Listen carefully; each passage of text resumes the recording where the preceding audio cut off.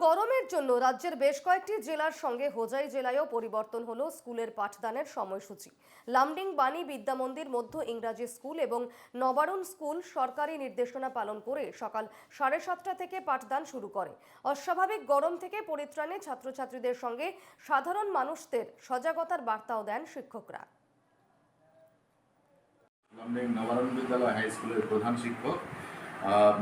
প্রচণ্ড গরম আর তার মধ্যে পাঠদান, সেটা আপনারা দেখতেই পাচ্ছেন। আমাদের নর্মাল যেটা স্কুলের টাইমিংসটা ছিল 9টা থেকে শুরু হয় স্কুল, কিন্তু আমরা এখন আমাদের যেটা জেলা প্রশাসন রয়েছে তার সেখানে ডিসি স্যারের নির্দেশ মর্মে আমরা এখন 7:30 থেকে স্কুল করছি।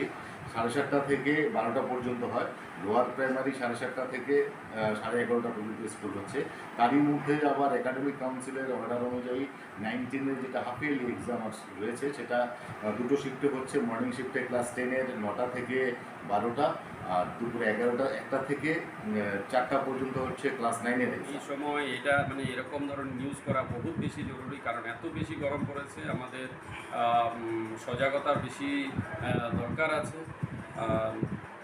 আমি বাণী বিদ্যা মন্দিরের প্রধান শিক্ষক হিসাবে বলছি যে পুরো আসামই এত বেশি গরম, তো ছাত্রছাত্রীরা আর এই সময় আমাদের দ্বিতীয় মূল্যায়ন চলছে, তো দ্বিতীয় মূল্যায়ন বাচ্চাদের অ্যাটেন্ড করাটাও বহুত বেশি জরুরি।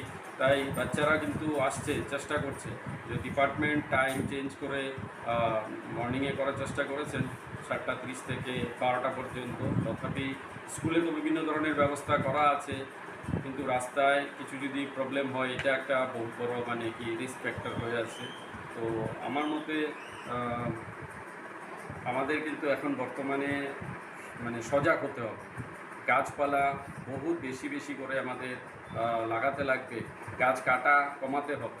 তো এইভাবে যদি আমরা এরকম করে যদি গাছ কাটা চালাতে থাকি তাহলে কিন্তু আগামী দিনে আমাদের এই সামান্য মানে এই গরম কি এর থেকে অনেক অনেক বেশি গরম হবে এবং আমাদের বেঁচে থাকা কিন্তু